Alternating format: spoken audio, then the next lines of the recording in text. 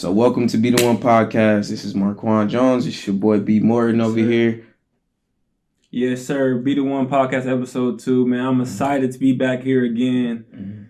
As you can see, it's a little different scenery. As I always say, growth is very beautiful. And in this podcast, one thing we talked about is we don't just want to give information, because information alone doesn't change lives. It doesn't help, right? So you can know it all you want, read books all you want, but if you don't apply it, then it doesn't matter. So what we're gonna focus on is practical information. So starting off, you're gonna get right into the practical information.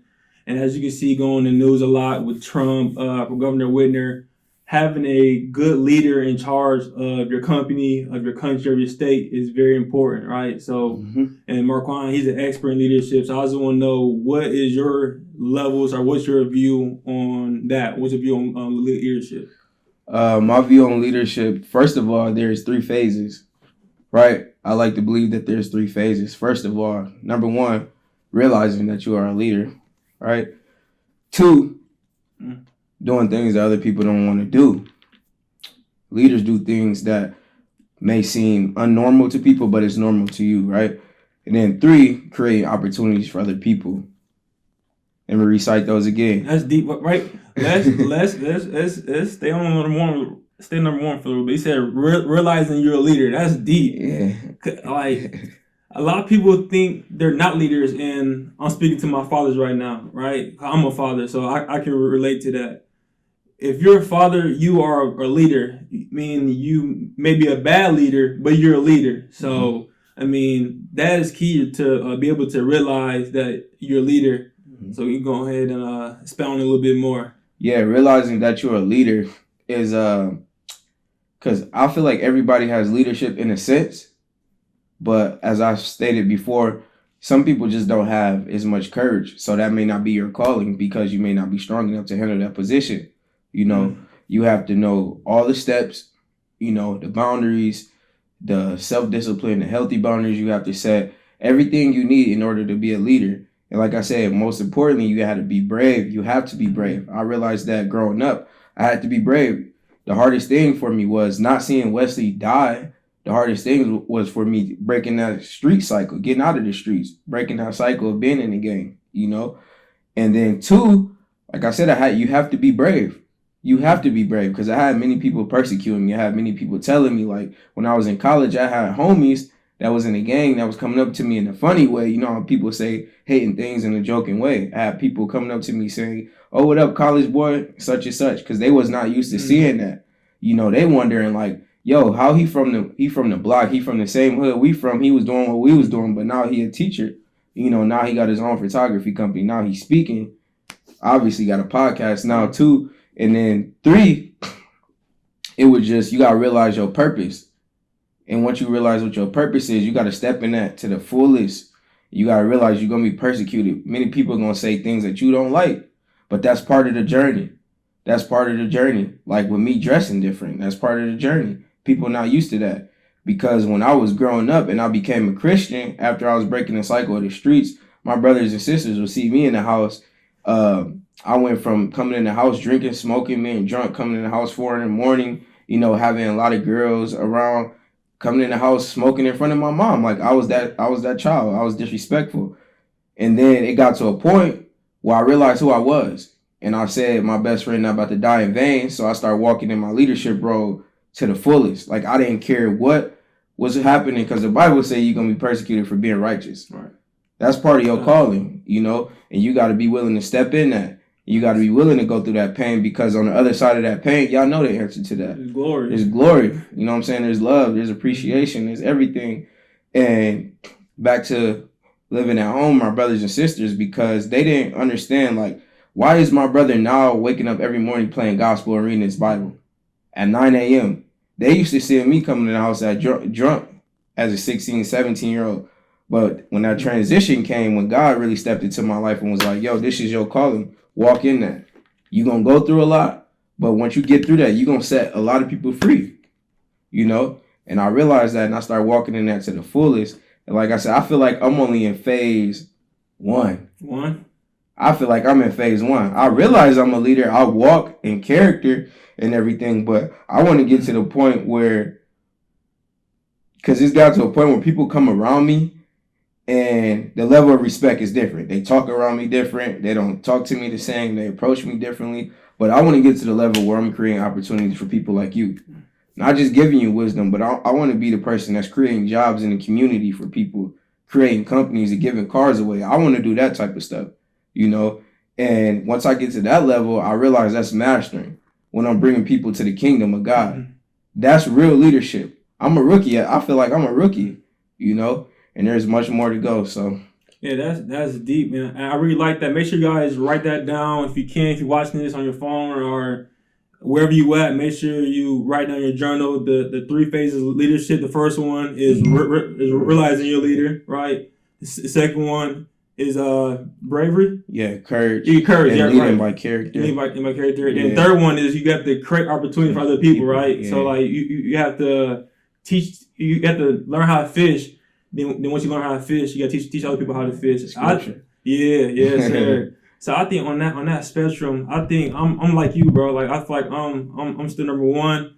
I'm like a 1.5, because with me, I have a daughter and I have a son on the way. Shout out to my boy Messiah. See July 1st. By having a kid, you are forced to be a leader, right? Like you have no choice. You have somebody, a young baby looking up to you, right? So you have to lead by example and show them the way to live life, right? So I think that's a big responsibility, but it's a great responsibility. But back to what you said when Wesley died, it kind of changed the way you seen life, your drive, your motivation, your inspiration.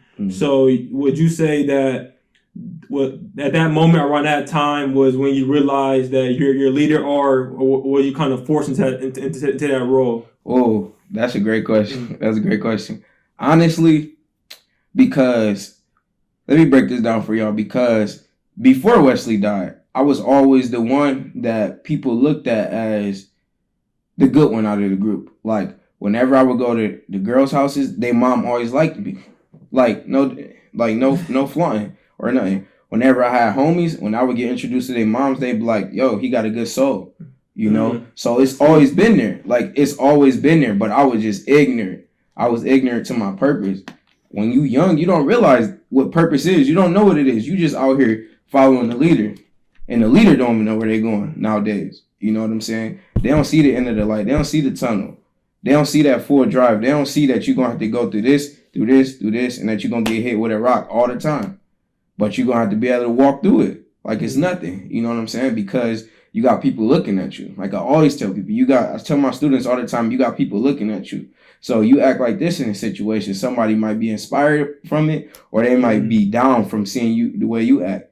You know what I'm saying? You can be sad and you might make somebody else sad, or you're going to look at the situation like, man, we can use this.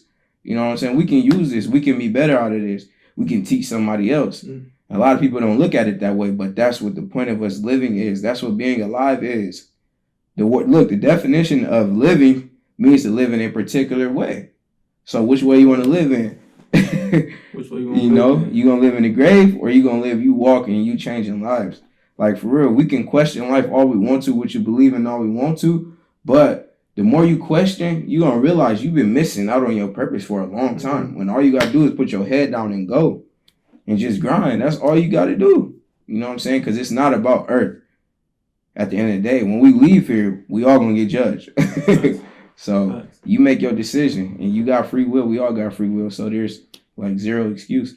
And I think that takes it to like the true meaning of leadership, right? Yeah. So we have people who, most of our culture, our friends, people our peers look up to. You have the rappers, you have the Migos, you have your athletes, you have LeBrons, Michael Jordans, and so on. But there's a quote that says in the Bible, it says, what profit a man if he gain the world and lose his soul, right? So you have to be careful of who you celebrate and who you look up to, because one thing that all leaders have is a mentor or somebody they look up to that inspired them, right? So if you looking up to the wrong people or following the wrong crowd, your leadership is going to be influenced or tainted by that person you look up to. So just having that wisdom to know that I don't have to follow who the world says popular, right? I mean, I can respect LeBron's talent, but I don't have to respect LeBron life. You know what I'm saying? So like it's having that wisdom to know the difference. Even with Michael Jordan, like even be honest with me playing basketball, right? To be great, just from studying Kobe, shout out to Kobe, man. I love Kobe, but for his talent, right? Not off the court, like Marquand said, right? This life is not the end all be all, right? So I never wanted to be the best basketball player, right? But at the end of the day, when it's time for me to meet our maker, our father, our God, he said he don't tell me now well done, my son, right? So it's about finding your purpose, your God-given purpose, and living in that purpose. Because at the end of the day, you must dedicate your life to something. You are, whether it's drugs, going out partying, social media, anything. Lazy. Yeah. So wherever you dedicate your life to, make sure it's on the right side of the line. You know what I'm saying? The line. And I like what he's saying, because he basically telling y'all, like, watch what you have idol over you. A lot of people don't, like, God hates idols. But a lot of people don't realize that they made something an idol and it's master over them. Like, y'all don't realize that marijuana is probably master over you right now. Marijuana been stopping you from doing what you were supposed to do for a long time. Right? And that's no disrespect or flaunting to anybody. That was me. Like, for real though, because I was at a point where gin was my master, you know? Bombay was my master, and I didn't realize that I was spending all my money on liquor. Facts. But you got to realize that you cannot lie to yourself. You cannot tell yourself that it's not, when it is. Like, when we see you, that's all we see you doing. It has master over you, right? And it's really that simple. Choosing, like he said, it's that line. You're going to be on the right side. You're going to be on the left side. God said you either hot or cold. It's no in between. He don't like lukewarm people or lukewarm activities. So that's anything. If you dealing with working out, if you dealing with relationships, if you dealing with watching TV, it don't matter what it is. If you inconsistent, you never gonna master it. You never gonna master it. The way you get consistent is realizing that that's for you. This is what you love doing. Do it. Like, why aren't you working out? You know what I'm saying? Why aren't you reading? Like, people don't understand. I glorify reading and writing nowadays. But 7 years ago, I hated reading and writing. You could not tell me to pick up a book for nothing. I hated it. You know what I'm saying? Now I study 4 or 5 hours out of the day, like at least 4 days a week. At least, sometimes 6 or 7, you know? And that's why I'm able to be here in front of y'all speaking. I didn't get out of the streets by just doing whatever I want to. I got out of the streets by applying myself and doing stuff that people didn't want to do, you know? And that's how you step out. And that's what we talk about, being the one. Like, do it. You can do it. Everybody can do it. Like, everybody watching this, we love y'all. Like, we always talk about people, because we want to see people do well. I didn't like dealing with people a long time ago. I said this on the last podcast, but now I'm super attached. I don't like seeing people lie to themselves. I don't like seeing people just do what they're not supposed to be doing, period. Because there's more for you. Like, when I see people depressed, thinking that their life is nothing, like, that's the biggest lie. Like, you aren't a waste of birth. You're not. And with that, that's a great point. To everybody who out there, I mean, we all have some level of mental health challenges. Really, if you come from the African American community, living in poverty situations. But to that point, if you are somebody who's going through that depression, or having a mental breakdown, whatever you want to call it, there's somebody out there right now that is waiting on you to become the person that God created you to be, so you can change your life. Yeah, and that's facts. Like, it's not about you. It's not about me. It's not about Marquand. It's about living your life so you can help other people. That's what it's all about. So just keep that in mind, right? So somebody out there right now that's struggling, and they're waiting on you to pick your slack up so you can help them. And having that perspective helped change my life, and it's continuing to change my life. Like Marquand said, like, I used to deal with marijuana, drinking, and all that stuff, but I heard a quote from somebody and it just made me realize like my goal since day one was to help my family get out the situation they in, right? And my family's still in that situation. So I'm like, dang, what if my family wait on me to stop smoking, stop messing around with other girls, stop going out? What if that was the action I need to do to see my family live a better life? And I can say now from living righteous or just having a righteous mindset from the last couple months or so, I seen growth in everybody, not just me, but my family as well. So I mean, that's the best part, man. When you see your dad, your mom, your cousins, and everybody are living better. So that's overall goal on that. So that's, I love what he said about somebody maybe waiting on you because man, just dive right into it because when I was changing my life, I think it was 2013. I got baptized in 2014. People see me and they are proud of my growth, but I'm like, bro, you don't understand. My mom is so much different now. My mom been through a lot. My mom, drugs, carrying guns for certain people, fighting, disrespectful. High school didn't get out of there, didn't break that cycle. But when I became a Christian in 2014 and I was waking up every morning playing my gospel music, and the night before we would go to sleep, my sisters and brothers would be like, please don't turn on that dumb music in the morning. I'm talking about, they talking about God's music, but they not understanding that their brother is growing. Like I said, they used to seeing me in the streets coming, drinking, smoking, doing all this. So it was very unfamiliar for them to see me playing gospel music, not coming out of my room until 1 p.m. after waking up at 8 a.m. in the morning. And they just hearing gospel music for 5 hours straight. That was conviction. I had a higher purpose, my calling, and I didn't care what I took. Like whenever they would say that, I would laugh because I read, I study. This stuff supposed to happen in order for you to get to this point, right? And through that, my mom became a Christian. Like, you know what I'm saying? My mom was never going to church. We never talked about God until I start stepping into my calling. So I understand what he's saying completely. My mom became a Christian, and like now, my mom used to curse. She used to curse folks out. She lacked emotional maturity. I haven't heard her yell in probably about 4 or 5 years. Like, she's so innocent now to me. It's just crazy how different she is. Like, I'm so proud of my mom.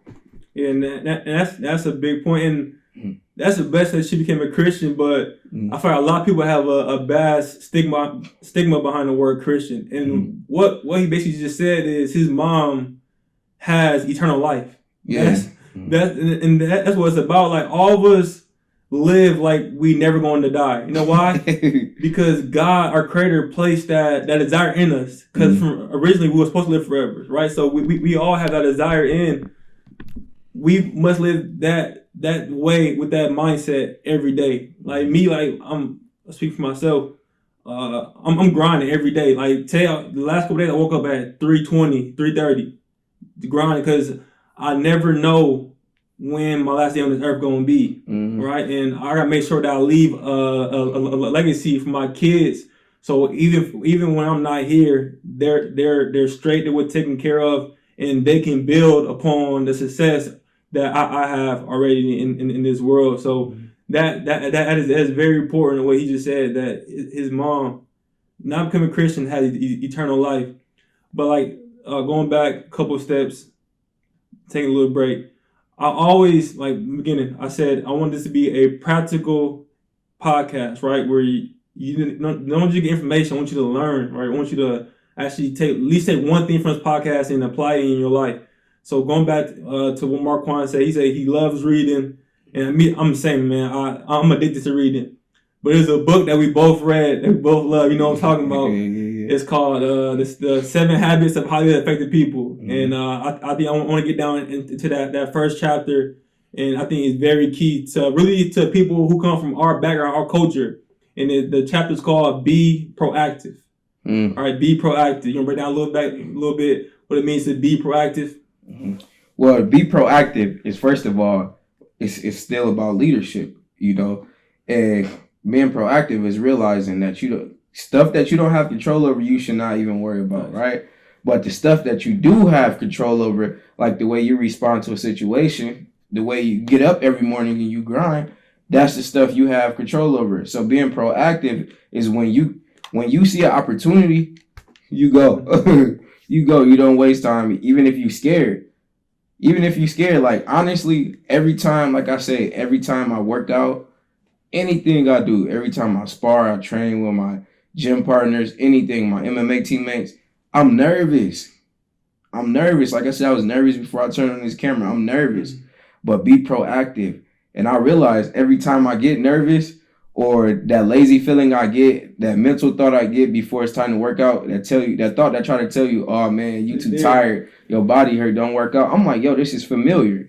This is a familiar thing. So now it's gotten to the point where I'm just like, oh, this part of it, you can still do it though. You're still supposed to do it because that's how you build mental strength, of course. So yeah, being proactive, moral of the story, just when you see opportunity, you go. And you focus on the things you have control over, not the things you don't have control over, like what's going on sickness, somebody disrespecting a certain person, somebody's attitude, what somebody says to you. Y'all all know it. We all have the free will to respond to a situation correctly though. So y'all know it. Yeah, y'all know it. That's key. And for those who have jobs, to apply that to your job situation, it would be, so say you're at your job and your duty is done. Being proactive means you're not waiting for your boss to come tell you, hey, Brian, go do this. Yeah. No, being proactive means you're gonna do it yourself before somebody have to tell you to go do it, right? So it's like you taking control of your life and taking full responsibility. And why I was saying it applies to our culture, because another part of being proactive is not using excuses to not be successful, right? So like I can easily say, growing up, I see my mom get beat all the time, or I was part of two broken families. That's why I can't go to college or I can't be successful. No, being proactive means, like he said, what you can control it to the highest degree, and what you can't control, best thing that you can do is leave it up to God. Sorry, and that's wisdom, to have the know-how of both. Discernment, your discernment and good judgment. And since I love finance, it was a quote by Nipsey Hussle. He was in an interview, and he was like, Rick Ross told him that on philosophy of money, right? So in a business deal, any money, any income or revenue that he feel like is his, that's his, he gonna get it to the 100%, but he don't want a dime or penny more than what is his, or a dime penny less, right? So it's like knowing that and having discernment to know the both sides of that line. Difference. So being proactive. So right now, write down your journal, be proactive. So this next week coming up, work on being proactive, like work on writing goals down, going out and going to attack your life and not letting your life be placed in somebody else's hands, right? And I'm real big on, a lot of times, nowadays people say it's not good to have a job. You're gonna be an entrepreneur. So you got two sides. You got your 9 to 5, got entrepreneur. Me, right now I'm playing both sides of the line. I got 9 to 5, and then I got my entrepreneurship. But no matter what, if you got every person with 9 to 5 should have their own business, right? You can never rely on somebody else to control your life, right? So you always have ownership of your own life, and that's called being proactive right there. Yeah. And that leads to what I want to get into, and I think is the foundation of my life, and I think it's foundation of Marquand's life too, as you hear his story, is pain. Like how pain is a good thing. While we're going through it, we hate it, but pain is a treasure. The pain you use, if you can turn it and have the right perspective on that pain, it can push you to greatness. If you watch, for those who love Michael Jordan, watch his new documentary. If you go back and watch his Hall of Fame speech, he talked about everybody that talked about him, that doubted him, all that pain that he received from the critics, he used as fuel, right? So we want to work on it. This is another proactive tip. Work on using your pain as fuel.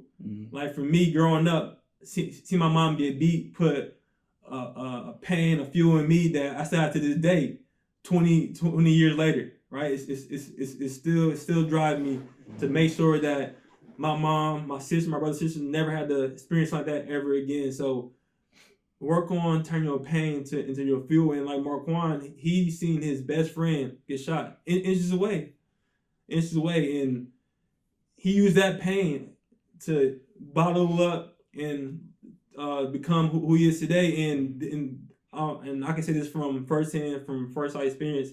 This is only the beginning for him. So Yeah, so what he's saying about using your pain, man, it's like he said, it's all about perspective. You know, the way you look at it, of course. Um, so I'm not gonna sit here and lie and act like when that happened to me, because like I said, he bled out in my arms. His blood was in my fingernails for a week straight. I didn't get out of bed for a week straight. Not many people make it out of that, of course. Um, when it first happened, of course, I was lost. I was traumatized. I didn't know what I was gonna do. Like I was just a young 16-year-old that seen his 15-year-old friend get killed. Like that's it. And when it first happened, people don't realize I didn't believe in God. I didn't. I wasn't a Christian. That was not there. I was not that person that believed in spirituality. I was never talking like that. I had a conscience, but I didn't realize I had a conscience. And that's why you never step into what you're supposed to be doing.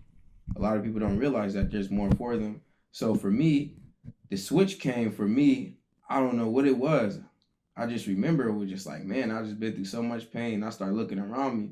God told me strictly, like, you next. If you don't get out the streets, I start looking around me everywhere. I'm like, yo, I'm like, man, he dying, she dying, he dying. From what? I'm like, everybody who dying young is people who in the streets. Mm-hmm. I'm like, I don't see no young people, no young men walking around who in school doing what they supposed to be doing, getting shot and killed. I'm seeing the ones that's drinking, smoking, partying, doing what they ain't supposed to be doing. That's what I'm seeing, young getting killed. So now when people come up to me and say like, Marquand, you hear about such and such? And I'm like, no disrespect, but I'm like, what was he doing? Right.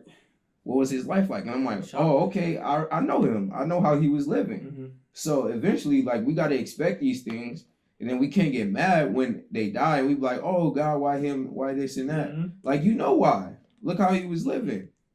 And people would say the same thing to me. Like, I've had conversations with my brother Isaac. He said, would you say the same thing about you and Wesley? I'm like, absolutely. We was doing what we wasn't supposed to be doing. We was in the streets. We was young hotheads. That morning we woke up and we left. I told my mom we was going straight to Wesley's house. Like, she gave us a hug and a kiss, and then it was boom. We ended up taking a detour and went somewhere we wasn't supposed to be going. And then that ended up happening. And that's the moral of the story, was we was doing what we wasn't supposed to be doing. That's all you need to know. So we ended up in a position God never intended us to be in. Right? And a lot of us end up in positions we're not supposed to be in because of lack of emotional maturity. Right? You got your way of seeing it. We like to quote scripture. We quote that scripture, lean not on your own understanding, trust in God, lean not on your own understanding. But none of us do that. A lot of us don't do that naturally as human beings because we think with emotions first. Emotions block a lot of stuff. I need y'all to understand that it does. Your emotions lie to you a lot. My emotions was telling me when Wesley died, go shoot and kill somebody. Right? And if I would have did that, what would have happened? It would be no Marquand speaking in front of you. So your emotions will also tell you, no lie, you need some emotion though. You need emotion to be attached to something.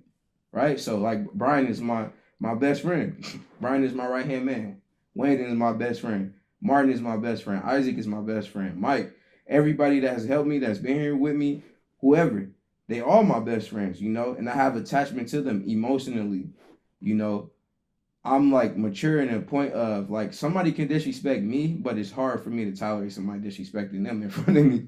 That's the tricky part because I'm so mature in areas people see me as, but over other people, it's like I'll sacrifice myself any day.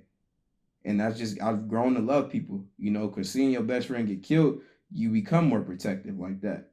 You don't want nothing to come in their life that's not meant to be. So that's why I'm into talking to people and helping people so much whenever I get the opportunity. Like, I'd rather you hate me for the rest of your life for me telling you that you're not good in this area, that you suck in this area, than me lie to you and tell you like, oh, you good, and then you continue to perish. Like the Bible says, people perish for lack of knowledge. And I don't take that scripture lightly because I'm looking around, I'm like, yo, how many people I knew in high school that I don't even know exist anymore? Like I don't even remember them. You know, they stuck, they lost, they listening, they drunk, they be off lean, whatever. You know, that's because they perishing. They don't know what their purpose is. They don't know what they doing. They lost. And I refused to be one of those people. When I was younger, I realized like, yo, there's more for you. I was seeing people telling me like, yo, you're mature. Whenever I remember, I remember when I was in the streets because my homeboys, girls will always come up to me and be like, Marquand, they would come talk to me about the hurt they have in their relationships. And I'm like, yo, people asking me for advice. And I'm like, you don't even know I'm carrying around guns and stuff. I'm out here breaking in houses. Why you asking me for advice? Right. You know, that's always been that leadership in me, though. It stood out a little bit. People saw it, but I didn't see it. You know, and it took something bad happening for me to see that. And that's what I try to give to people and tell people, like, you don't have to wait for devastation to happen for you to see your gift. Right. Your gift been there for you. You just got to walk in it with courage. And once you do, you will realize, like, man, life is amazing. You should never say you bored. I don't get that word. I do not get that word, period. There's no boredom in this life, period. It should not be. The only reason you're bored because you lack enthusiasm. That's the only reason. Yeah, you lack enthusiasm and you're not being proactive. Go back to that point.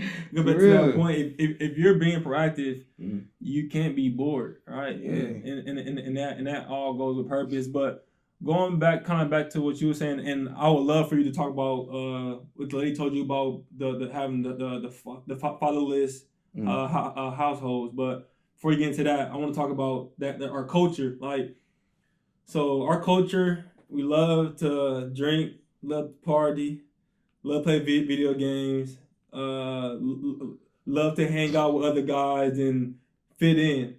My question is, I mean, I used to do that too, but my question is, has mindset is, what is that?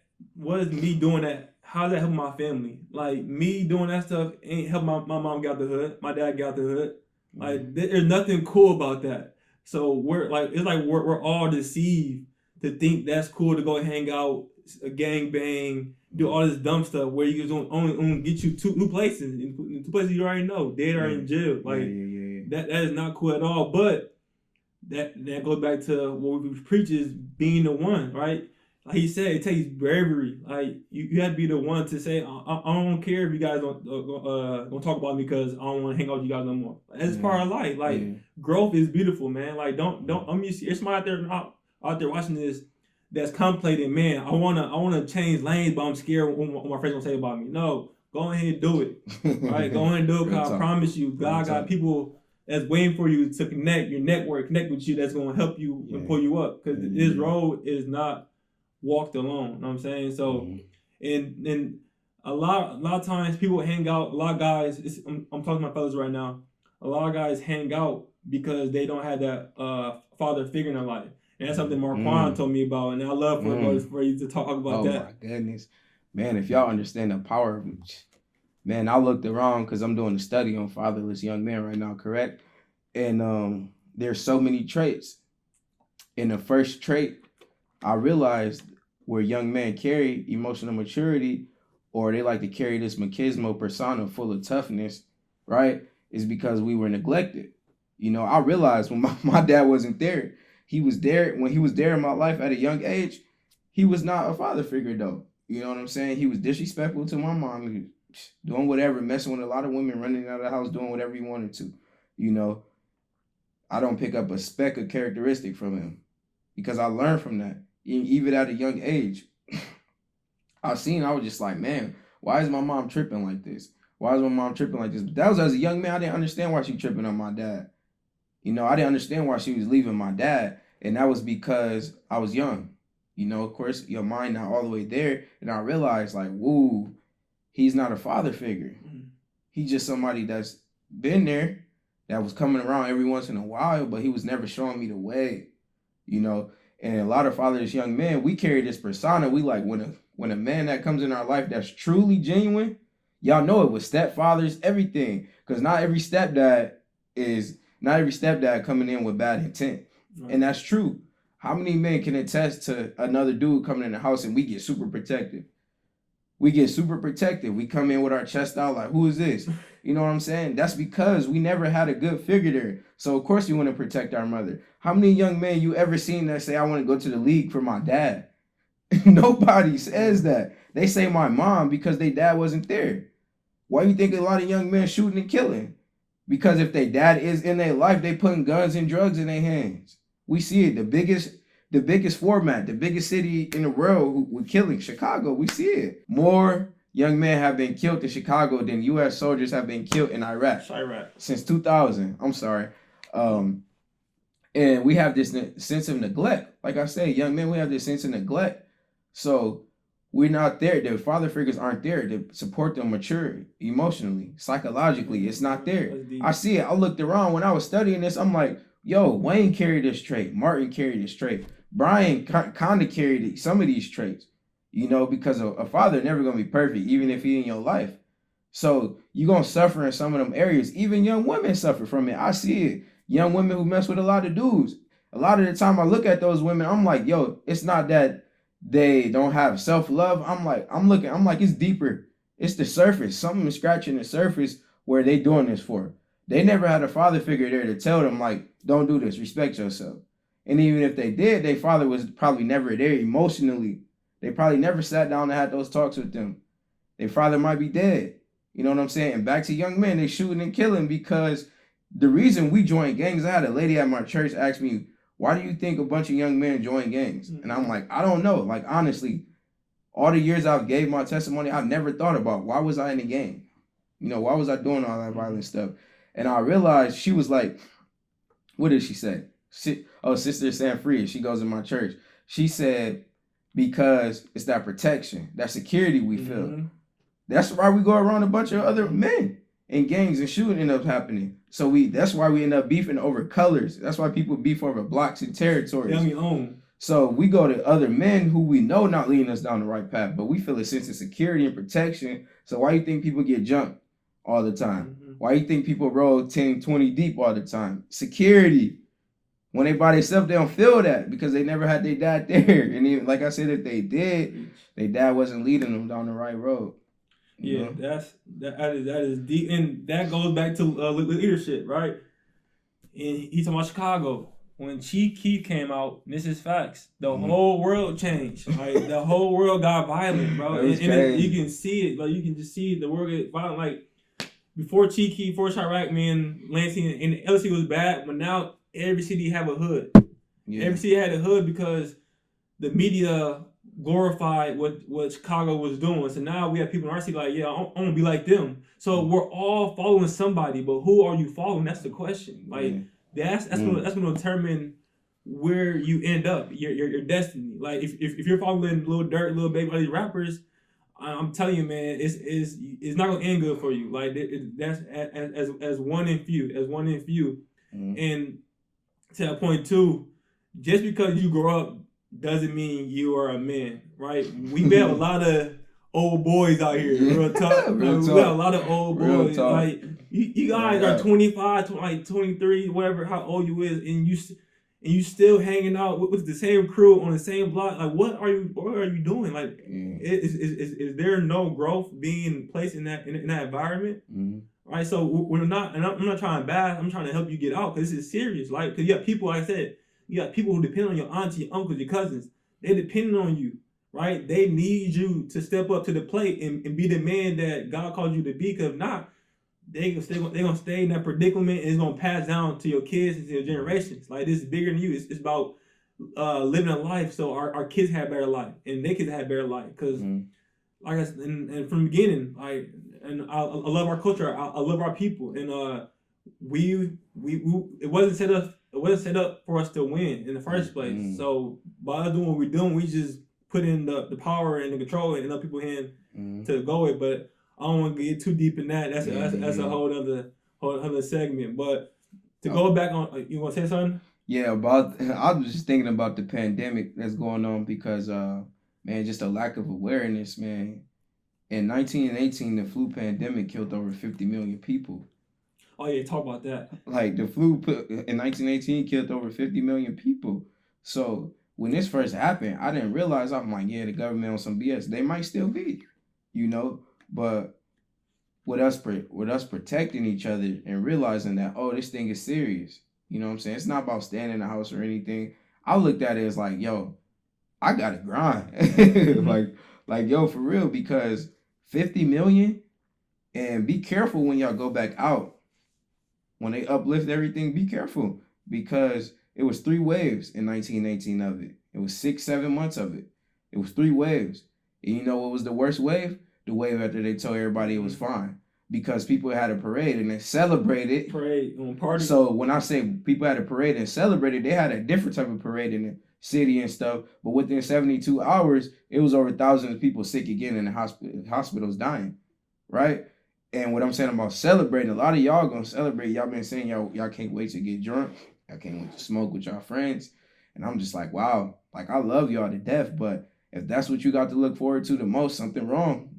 You need to ask your question about your life. Like, for real, there's so much more out here than to be worried about that. You can do that during quarantine. Right. Like, for real though. And yeah, stuff like you could be doing, like investing into stocks and stuff. And Brian can tell y'all deeper about that, but Brian has inspired me to really get into investing like greatly. And I'm a super beginner, a super rookie, but I'm learning the game and I'm realizing like, man, this is longevity. This ain't just me. We talk about kids passing stuff down. Like people say they want millions, but I'm like, what do you want millions for though? What are you gonna do with that? Right. You're gonna get that million and lose it real quick because you don't have financial management. You just want $1 million to blow it. You don't want it. You want $1 million, even if you sit it in the bank. Eventually, you're gonna spend it. So you need to put it somewhere else where it's gonna help you for a long term. When you gone, you know what I'm saying? Who you gonna pass that will down to? Think about all this stuff. Yeah, that's deep. And a counterculture perspective of money, and the true perspective, the true value, the true identity of money is it's not our money, right? It's God's money, but we're stewards. Yeah. We're stewardships. We're overseers of what He placed in our possession. That's what anything. We're our family, we're our car, the house. We don't own it. Because if you own it, you'll be able to take it with you, right? If you can't take it with you, don't own it. So, and what helps me with money, and something that I've been working on a lot lately, because I still have my selfish, greedy ways. Where's my money? I'm trying to hoard it, put it in the bank account, and save it. But I realized the greatest joy I get is giving money to somebody else and seeing their expression. And really, if they need it, I'm like, dang, like that is worthless. Like you can't place a value on that. On that feeling you get from doing that, and it's not doing that to get something back in return, but even though you will, like you'll be blessed tenfold, and the creator said that himself.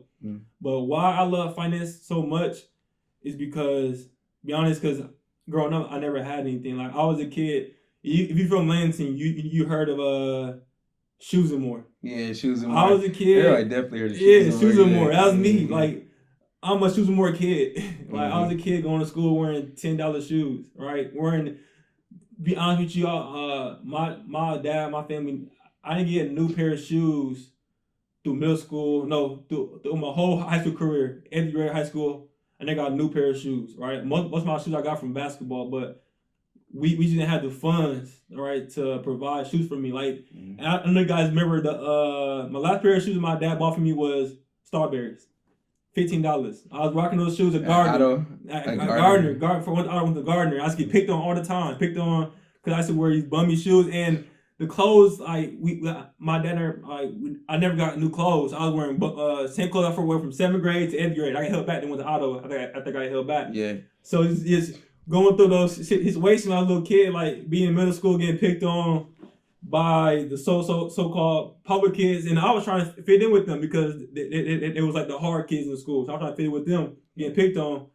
But now, I'm pretty sure if you look at if you compare all of us and put us in a line, they're still in an impoverished situation, or they're in jail or dead. And I know some that even kill people. So that goes to show you that fitting in is not all it's cracked out to be. But going back to the money thing, that's what kind of drove me. And I realized you can pass down wealth through generation to generation to generation, and finding the avenues. And one avenue is stocks, right? Stocks is basically just ownership in a company, wherever it's Nike, eBay, whatever. So imagine that you have a pizza, a big pizza right here, a big pepperoni, sausage, whatever your favorite type pizza. My favorite is Hungry Howie's.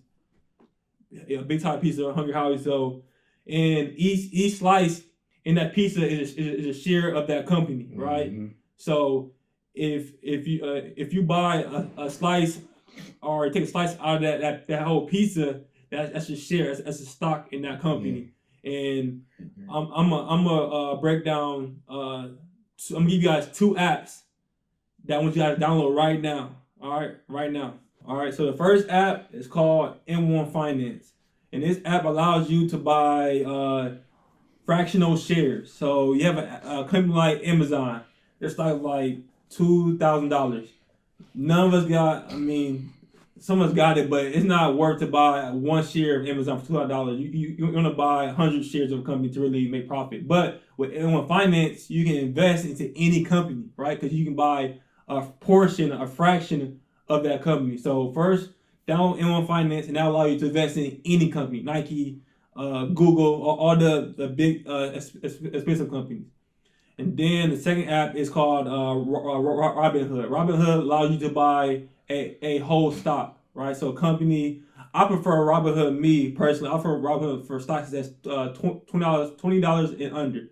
So I have a concept of a philosophy that I got from another investor on Instagram, and it's called NBA G League. And I was telling Marcon about this other day. It's great. I use my BeThe1 Finance as my NBA. So I have 10 stocks total. I have my 5 starters because you can make the percentage of money that you can send to each company. So I have my 5 starters company.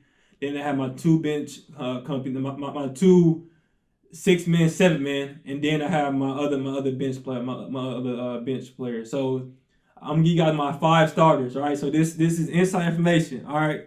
So my point guard. Oh, you ain't playing. Yeah, my point guard of my stock starter team, Tesla. All right. So I'm putting 12% of money because I got money automatically going there every week, every Friday. I'm automatically going there. So 12% the $15, $20 whatever I put in there going to Tesla, my point guard. Shooting guard, eBay. All right, going eBay.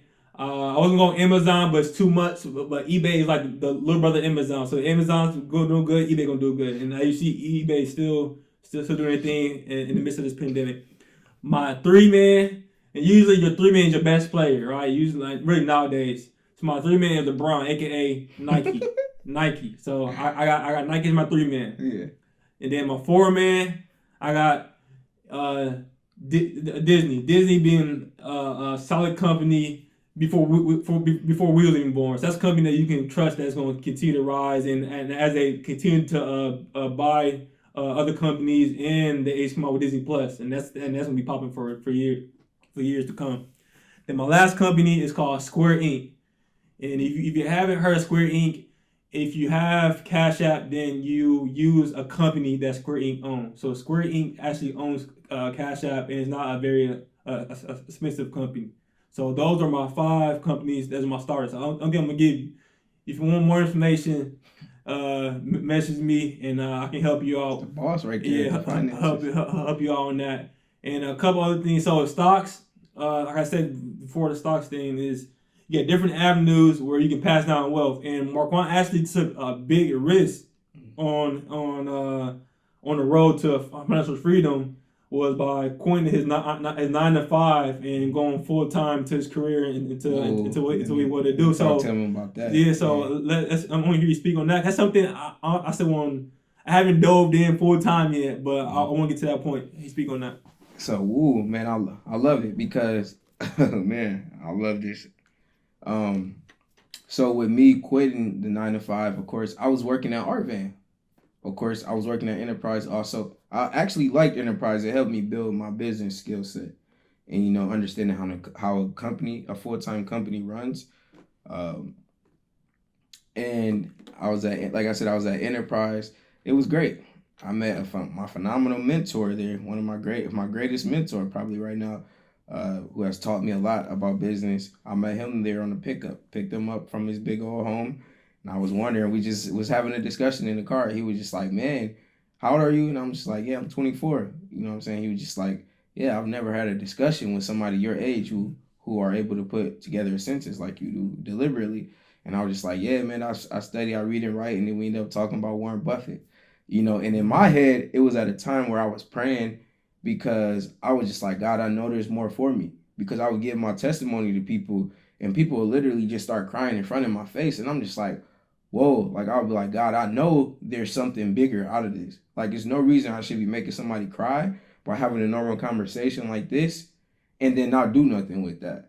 And I start looking at all the speakers around me, the motivational speakers and other speakers, and I'm like, yo, we all have something in common.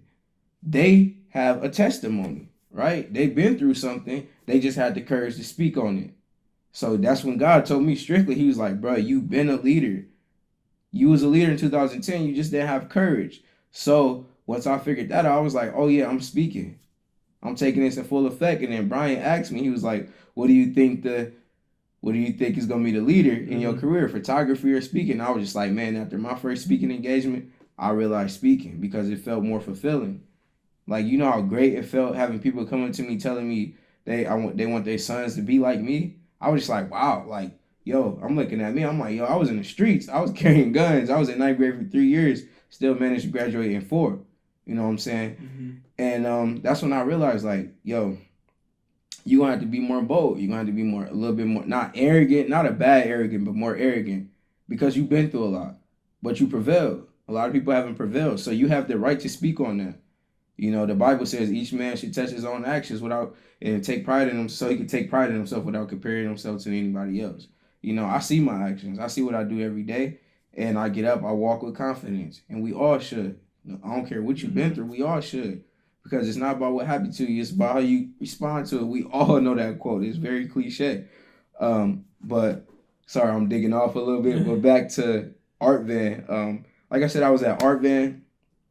And then I was just there. I was just praying. I was like, God, man, you got to give me a platform. Like, I'm special. I'm like, I know I'm special. I know I'm bigger than Art Van. You know what I'm saying? I'm seeing 45-year-olds and 50-year-olds in there complaining about because the boss telling them good job but not giving them a raise. And they complaining about, oh, this not going to feed my kids and my sons. I'm like, yo, you have the opportunity to change that.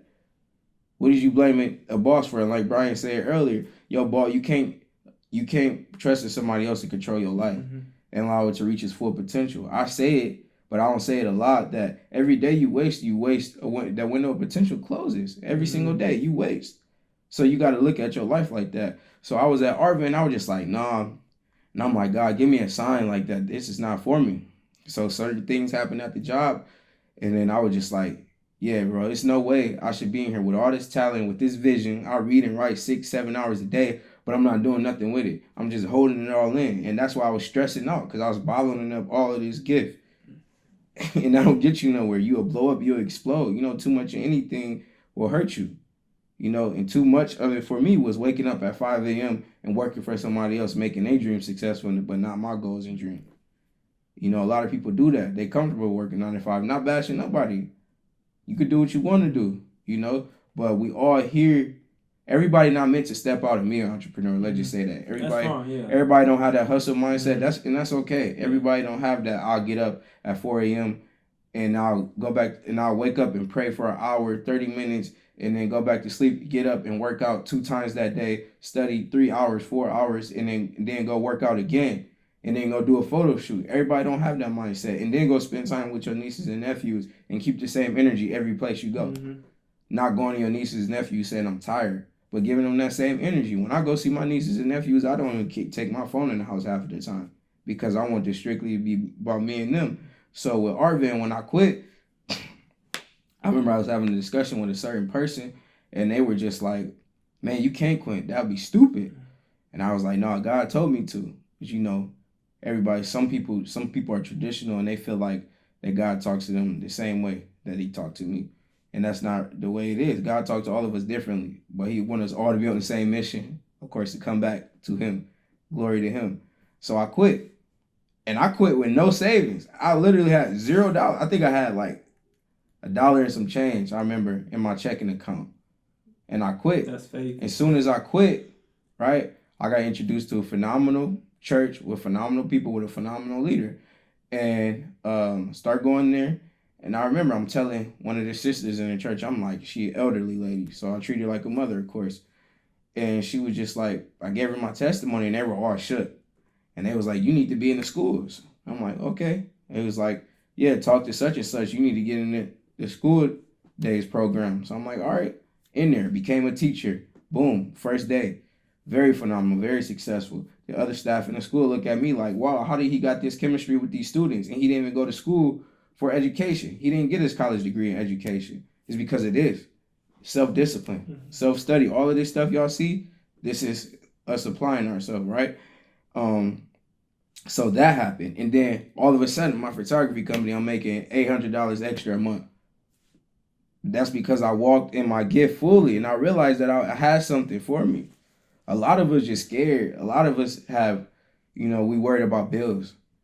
A bill stripping a lot of people from their purpose. Because that's what you worried about. Every day you waking up like, I got to pay my bills. I got to pay my bills. Your bills ain't trying to pay you. Like they not. So you need to walk in that gift and you need to realize how many people it can impact. Since Wesley died, it's always been about impact for me. I never cared about money.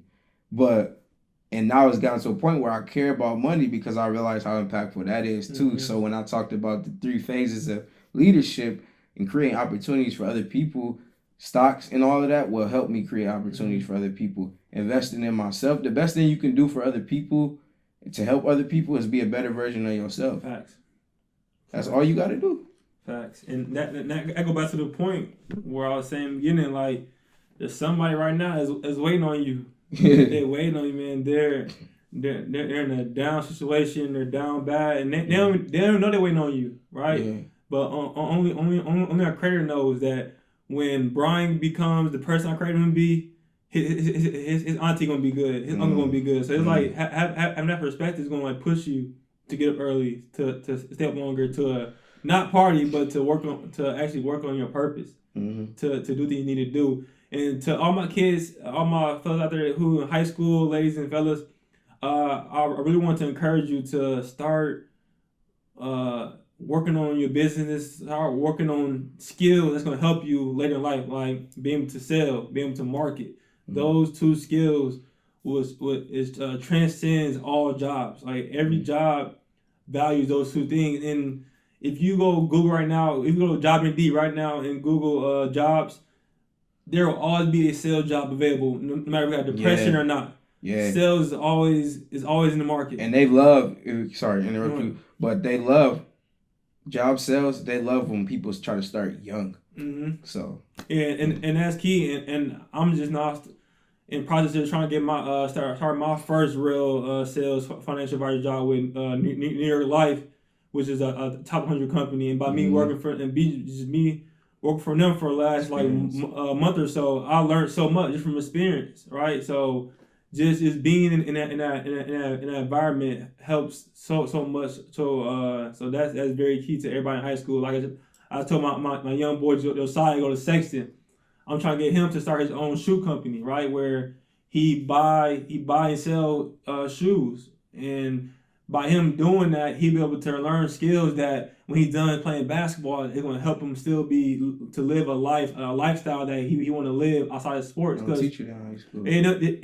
And that's key what he just said. He said they don't teach you that in high school. Like the real life lessons is going to come from experience. Get out there and doing it. And if you someone that's want to speak or someone that want to help people, like be a life coach, Marquand is your guy to talk to. So don't just watch the video, different information. Like I said, you want to be proactive. You want to have practical steps, and that's key is to apply. Like don't only just read to read, read to apply to your life. And one book I want to give you guys, because I'm real big on being practical. One book that's going to help you guys a lot. The book called Rich Dad Poor Dad. Rich Dad Poor Dad is a perspective mind shift changing book. And the moral of the book is, if you desire to have financial freedom, you can never change. You can never trade your time for money. So basically, like, man, I don't want to banish. I want to bash people who work 9 to 5. I work a job 9 to 5 too, but you must have a vision or a goal to get out of that cycle, because you never reach financial freedom working that way. And also, people who work 9 to 5 who get W-2s, they are taxed the most. So one thing I fight against you is your taxes. Like, all your money getting taxed. So you making 50, 100,000. We make 100,000. You probably gonna get 60,000 out of 100,000 because of taxes, just because of taxes, right? So some benefits on your own business is the taxes that you can bypass. So that's another avenue of financial freedom.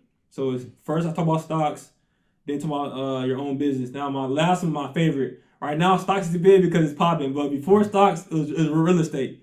Real estate is the plug. Like, I love real estate because I love big houses, and I love the idea of I can go to Florida. I have a house in Florida. I can go to California. I have a house in California. So real estate is the plug, and if you want get involved in real estate deals, talk to me, and we can collab on that or brainstorm on that. But that's the plug right there, and just having that awareness and that knowledge that, okay, these three things are three things that Bill Gates used, that Warren Buffett used, that Elon Musk used. I want to touch on that. Right. I want to touch on that. Am I good to go? Oh, go ahead. You want to jump in? Because he brought up Bill Gates. Man, y'all don't understand that. What I realized about when I quit that job, Art Van, that was like a freedom setter. That was a freedom setter. And people don't understand. Every time you do something, y'all know this. Every time you do something, everybody not going to agree. Even if you in a church, every church member not going to agree with what you doing. If God calling you do it, because God don't talk to everybody the same way. Whatever you want to call it, your higher power, your voice in your head, it don't talk to everybody the same way. It's not telling you the same thing as telling the next person. So they may not understand your vision. They may not even have a vision. They may be stuck in the same mindset they thought about for 10 years. They might think it's traditional that you need to work 100 hours a week to get to this certain spot. When you really pushing yourself back that whole time, right? So when I was at Art Van, I'm like, man, okay, I'm coming here 6 a.m. working until 3 p.m. I'm like, okay, that's 9 hours a day. And I'm working 5 days, sometimes 6 days a week. So I'm like, if I'm doing that, I'm working about 45, 46 hours a week. I'm like, okay, you do that a month. Add that up a month. That's almost 200 hours. I'm like, yo, that's 200 hours I could be investing into me. Like, people don't realize that, though. Like, you've invested all of that time into somebody else, into one other person, into their business. Well, imagine if you put them 200 hours a month into your own business. Woo. So when I said I quit that job, and before I quit that job, I was making probably about $300 a month with photography.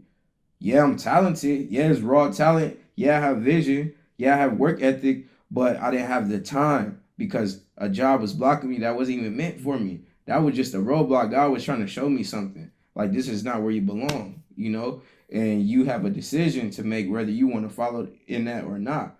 So I tell my students, you talk about owning your businesses, having your own business. Man, key to owning your own business, we talked about this last episode. You got to be above reproach. I have some females, you probably watching this, I don't know. I have some females who have came up to me or I've asked about photo shoot, do pictures and stuff like that. But they have a sense of not trusting certain people because some other photographers in the area or etc. has approached them the wrong way. They didn't approach them on a business perspective, And a lot of women suffer from that. And it's business people. So you realize when you own a business, I have my students telling me all the time, they want these millions, they want 7, 8 businesses. But I'm like, yo, your character ain't ready for that. Your character ain't ready for that. Because if you're trying to mess with another girl in business, another woman in business, you might lose your business doing that. You heard about the McDonald's employee. I think I was reading on Forbes or something. He was like a part-time owner of McDonald's, right? We was talking about this the other day. And this man, lost out on, 30 million of equity because he messed with a woman in the business industry that worked with McDonald's Corporation also. Like, is it worth it? So you say you want to have this high position, realize the character it take. The character it take, because a lot of people are also, they don't have good characters, but they still make money. But does money really matter if your soul is burning? It don't really matter. So you take care of this first, and everything else will be added to you. That's scripture. I'm telling you. Yeah, facts. And I love speaking to our people who still in the inner cities, who still in gangs, still living that culture, right? So if you're watching this podcast, something you take away from this point is, even you're still gang banging, right? But have that mindset. Okay, I know 3 avenues that I can put my money in from making in this. 3 avenues that I can get out of this game banging and jump into. Like if I want to go for stocks full time, I can stop game banging, stop selling drugs, get in stocks, real estate, so on, and on with business. And to that same point, like I've been telling my boys who sell drugs, are you a hustler or are you a drug dealer? Right? It's the difference. Are you a hustler or are you a drug dealer? A drug dealer can only sell drugs. A hustler can sell anything, right? And I believe the best businessman is in the inner city. It's just they don't know their true identity. They don't know who they are. But I mean, I really encourage everybody who's watching this to go back and think, like, and do some reflection on who you are, right? And take that step. That step. It can be a small step of growth, man, and that's what it's about. Even with this podcast, as you can see, our setup is different from our last setup, right? So we have some steps, right, and also about adversity. Like we had some stuff happen where we couldn't shoot no more at our old location, so we had to find a whole new location. We had to we had to buy everything ourselves and go from there. We could easily say, man, we ain't gonna do no more. No, we kept going. It's about taking those small steps. And in the third podcast, you want to see something, you want to see more growth. So step by step, man, is what I want to really lead with you guys. And from the first part is be proactive, right? Be proactive. Don't be scared to step outside the box, right? And we're finding stocks, real estate, and business. All right, so. And then, number 1, leadership above everything. Yeah, facts. Courage. Gotta have courage to get into investing. When we talk about investing, we're not just talking about money. We're talking about investing in yourself. Y'all know that spiritually. We like to preach self-love, but we don't like to live self-love, right? And y'all know, I don't know if y'all know what the definition of self-love is, but it's setting boundaries. Not just for other people, for yourself. So, like I said, if you're not getting up at the right time, me and Brian working on that right now. You know what I'm saying? We insomnia crazy, but we trying to work on that. So, boundaries as far as not giving everybody your attention. Another boundary saying you're not going to spend money on this fast food because you care about your future health. So, I was having a discussion with somebody not that long ago, and they were stating that, what were they stating? They were stating basically that they didn't think long term. You know, they were just thinking about the now, about a decision they was making. Can't get deep into it because I don't want to tell anybody's business. But they were just like, yeah, this is how I would be right now if I worked out like this right now. But I'm like, in the long run, you're going to burn out. When you 50, you're not going to feel good, though. You know what I'm saying? They was eating 1 time a day, you know, but it wasn't a healthy 1 time where they weren't working out properly, or feeding their body the right stuff. And they were just thinking about now because they're young. When we're young, our body can handle a lot. You know what I'm saying? Our mind can handle a lot when we're young. But when you get older, of course, you start maturing. Some people do. But handling the now and setting those healthy boundaries now. So when you turn 40, you turn 35, it's going to be easy. You know, the reason I step out and people see me do different things, or other people who are also leaders, is because we've been practicing this. This ain't just come. We had a certain situation that happened to us that had to show us, like, this is what you're supposed to be doing. You need to set an example for other people. And just realizing that, man, there's more for you. And that's the start. Realizing, like I said, leadership, you got to realize you're a leader first. Realize I'm a leader. 2, courage, leading by character, doing things that other people don't like to do.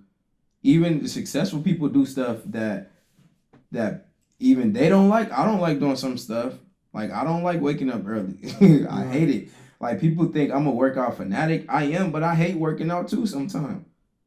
Like I said, I get that familiar feeling, but I know, I'm like, yo, the more successful people in the world, they work out first thing in the morning, right? Mm-hmm. They work out early in the morning. Get that out the way, and they have a successful day. And working out enhances confidence. Mm-hmm. It enhances free speech. It enhances body posture, everything. So just doing things that other people don't like, but it becomes a normal to you. That's when you know you have excelled and you have grown. And then last phase of leadership, create opportunities for other people, and I'll get there soon. Yes, sir.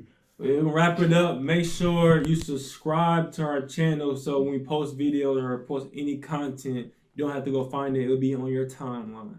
Yep. Right there with it. Let's Be the One podcast. Subscribe to our channel, Just Get Footage, which is also the name of my photography company, Just Get Footage. Subscribe to us and get more information and just stay on this journey with us. We'll see y'all later, man. Growth is beautiful, baby.